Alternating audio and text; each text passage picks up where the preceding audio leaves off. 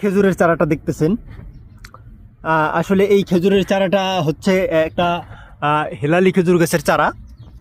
দেখেন আমি যে দেখাইতেছি, এই যে খেজুরের চারাটা, এটা মাত্র এটার বয়স হচ্ছে মাত্র ধরেন 2 থেকে 2.5 বছরের এরকম হবে, ঠিক আছে। এটার গাছের গোড়া তো এই থেকে মানে গাছের গোড়াতে একটু কম বলে আর কি, গাছগুলো খুব দেরিতে আর কি বলে, ঠিক আছে। এটা মানে বড় হয় আর কি, এরকম মানে এইটা বোঝাতে চাচ্ছি।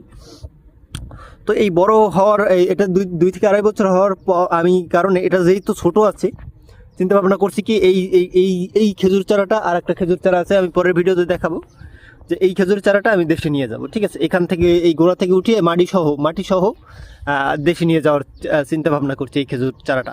অবশ্যই কেমন হবে আপনারা কমেন্টে জানাবেন যে এই খেজুর চারাটা যদি আমি দেশে নিয়ে যাই কেমন হবে, এবং কতটা এই চারাটা আমি নিয়ে বাঁচাতে পারবো কিনা সেটা আপনারা কমেন্টে মতামত জানাবেন। ধন্যবাদ।